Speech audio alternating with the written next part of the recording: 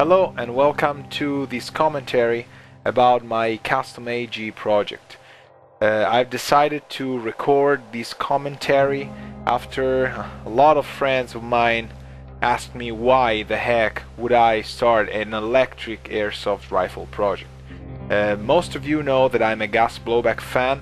I still am, but there are reasons behind this project that made me choose electric. The first reason is, in my country, no matter what you read on paper, gas blowback rifles that are not, as I said, GBB pistols, are seen with a lot of reluctance. That's the right term for it, reluctance. They don't chrono it the same exact way. There are no GBB only events, so if they get the 330 FPS maximum with 0.2 BBs, which is the maximum allowed in my country, they still get a lot more picky on gas blowback, asking you to stay at around 280, or sometimes even less. But it's not just a matter of, mathematical factors. It's just that when you go at a field with a gas blowback rifle, people go all suspicious on you, which is weird, as if you chrono a gun, that's what it does. You chrono it just for that reason, to know how hot the gun shoots. But people seem to have a lot of misconceptions, probably given by ignorance, which is one of the most dangerous things you can have on your back these days. People think that the fluctuations in the gas can be so high that even at 250 or 260 FPS you might have a shot that goes like over 330 and be dangerous. If you shoot 10 or 20 rounds and see that the gas actually never goes over 310, it's gonna be very hard to push that rifle up to 380 or 331 for that matter. But that's what it is. People get a lot of suspicious looks when they bring gas blowback rifles, so I decided to go electric for this reason, and for another main reason, that is, people don't have gas blowback rifles in fields around here, which means you're facing people with 120 round magazines. You're facing people who might leave the field if it starts raining because of their AEGs, and a lot of other factors involved that made me choose electric. An electric rifle can outperform a gas blowback rifle just by sheer number of BBs.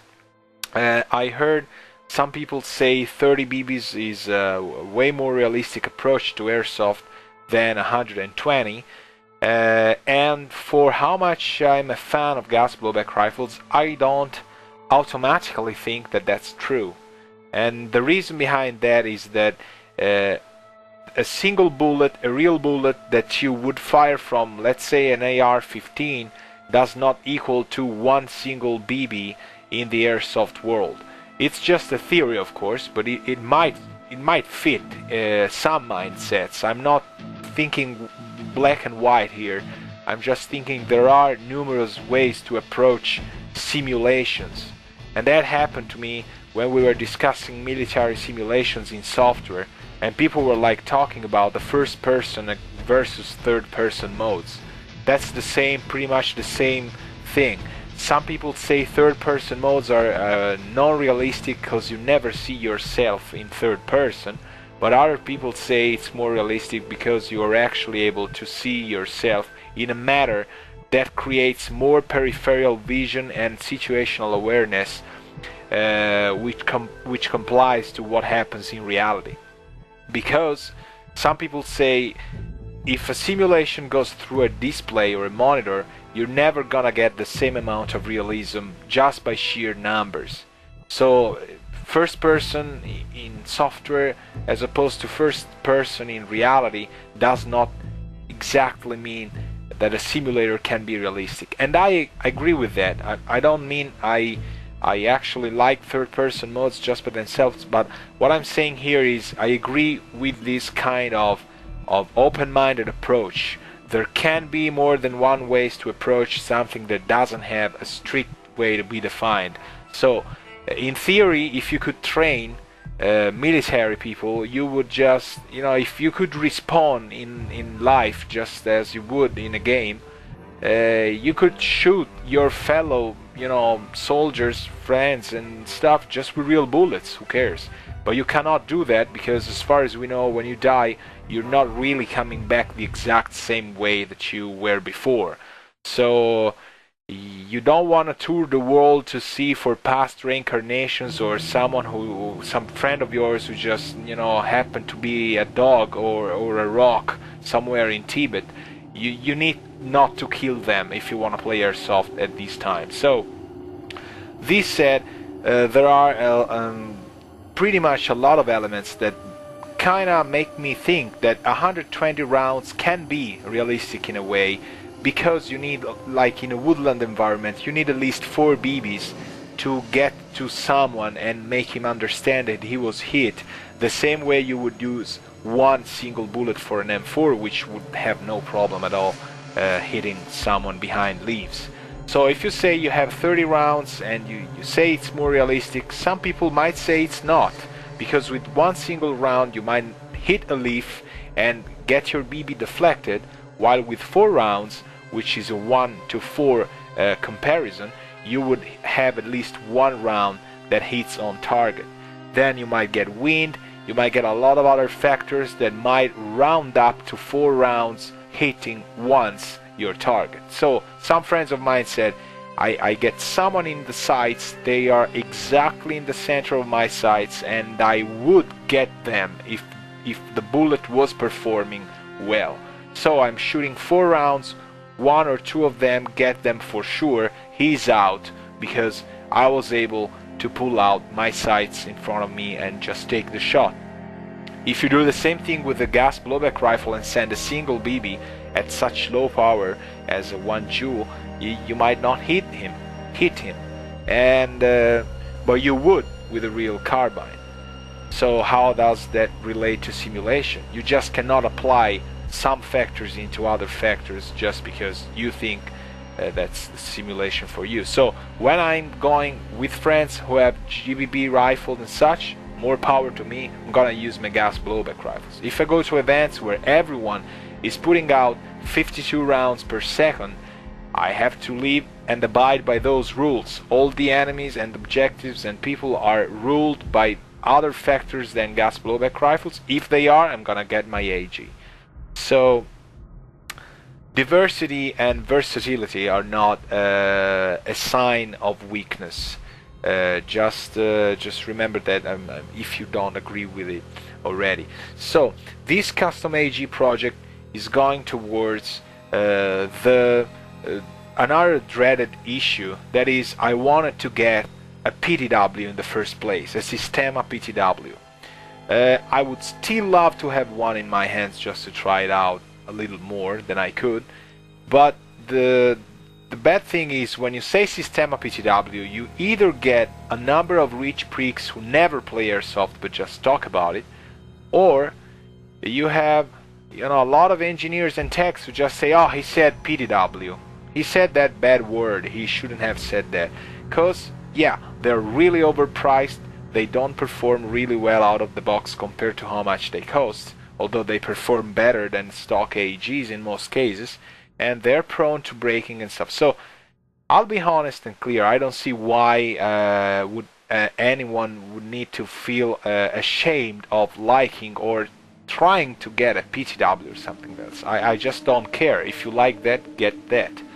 I liked the idea of getting one, so I started gathering information, and I've got a couple factors that got me out of the PTW thinking, and let me tell you, I was really going to get me a PTW no matter what. So if I'm now saying this and I could still get my bank account and buy one right now, not with the same ease that I would get a 200 bucks AEG, but I still could in a way. So what got me off the hook of this acquisition syndrome that I had? One thing, well, let's say it was like more than one thing. It was probably 2 or 3 things put together, okay?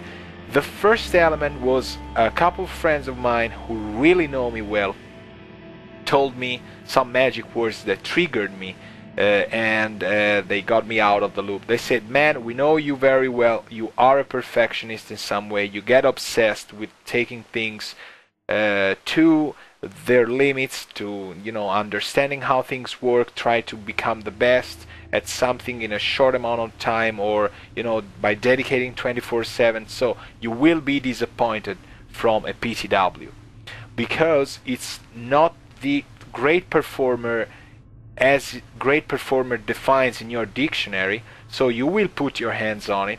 It will be expensive. There are proprietary parts that you will need to acquire that might not be easy to get, and you will have a lot of more problems with motors and stuff, even with the new 2012 Evolution series.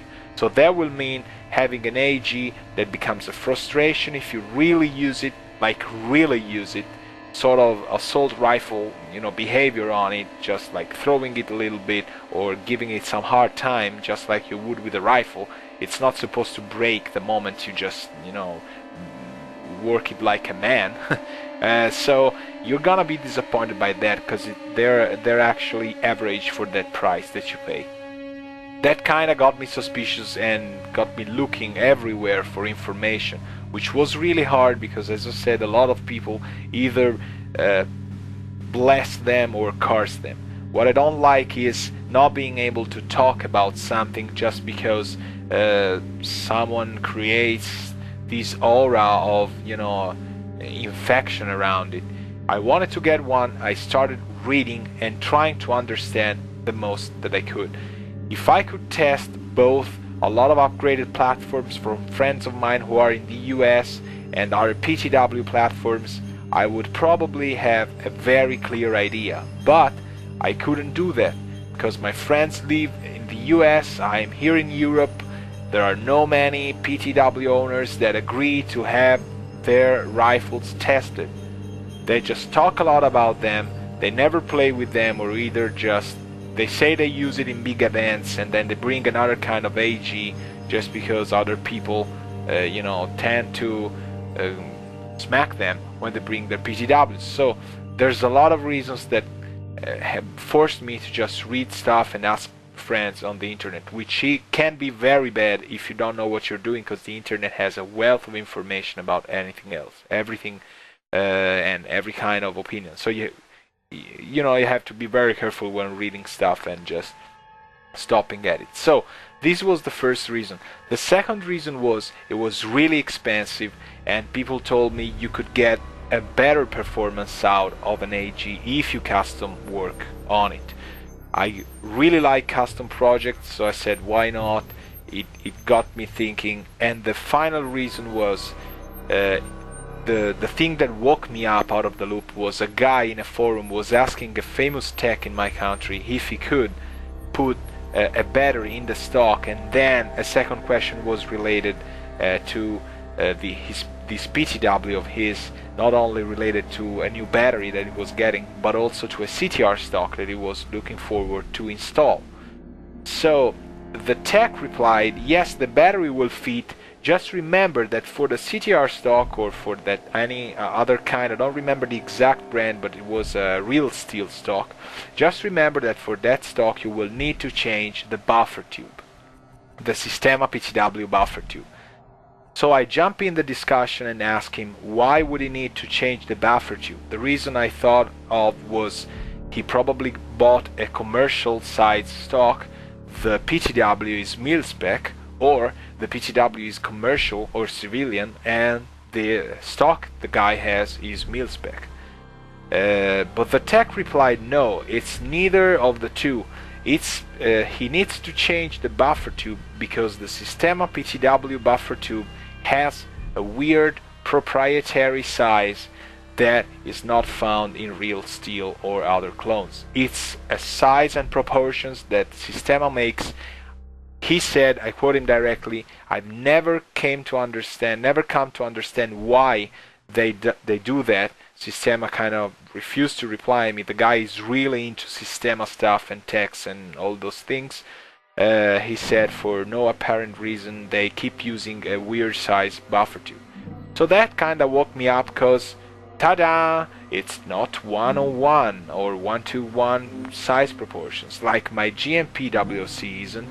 Like, you know, some Inokatsu are 1:1, the WEs are, or some of them are at least.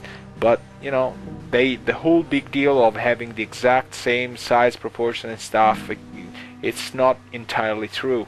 So it's what a lot of Americans in California used to call jive. I don't know if this term applies to the entire United States, but it's a great word a great term that I've learned.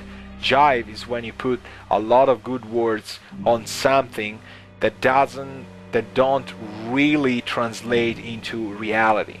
So a movie getting a great jive might very well be a bad movie, but you know, it has the connections and the cards to be played in a way that people talk great about it. Hype is maybe not as negative as jive, but what I thought about it was, okay, the PTW is just an airsoft gun like all the others. It's no simunition, it's not real steel. It's a toy for people who want to play simulations or speedball games and shoot friends and have fun, have a laugh and a beer afterwards without killing them or wounding them. So the entire reason for this commentary is, yes, I do not despise having thought of getting a PTW. I would get one regardless, but I would get a lot of useful stuff if I could, man. A lot of stuff. I would be accurate in what I get, but why not? I mean, so I'm not afraid to say that I don't dislike PTWs. I am willing to build an AEG rifle that proves that with a lot less money than a PTW, you can outshine a PTW itself. I will try to get MOSFETs and stuff on in a way that maybe I can get some of the PTW functions from it, but I don't really care about them because I have a gas blowback rifle that has a bolt stop when all the rounds are fired, that has an open bolt, which the PTW doesn't, which has some kind of blowback, not really recoil but blowback, which the PTW doesn't, and which experiences a lot of stoppages and stuff that you can train your drills on. So I don't really care for having a platform that is entirely realistic, because as I said, people in games will not play with realistic stuff. They will be shooting at me at like 50 rounds per second.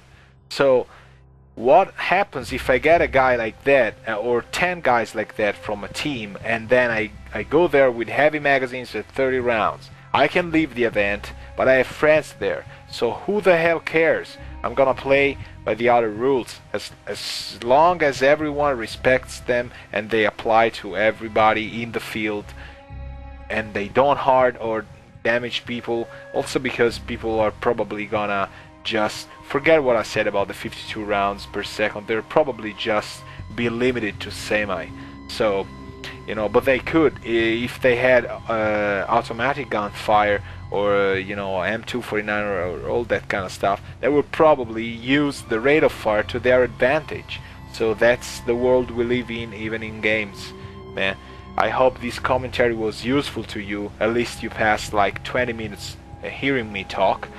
And I'll just link some of the threads in forums that I've opened, and keep looking at this weird thread. You know, I hope I don't get hate from this. I hope you were actually able to maybe like drive and listen to my voice and go somewhere else with your mind, that your sheer pure reality of just working and, who knows, maybe never having enough fun as we would. Okay, thank you very much guys, and I'll see you later for other videos. Thank you.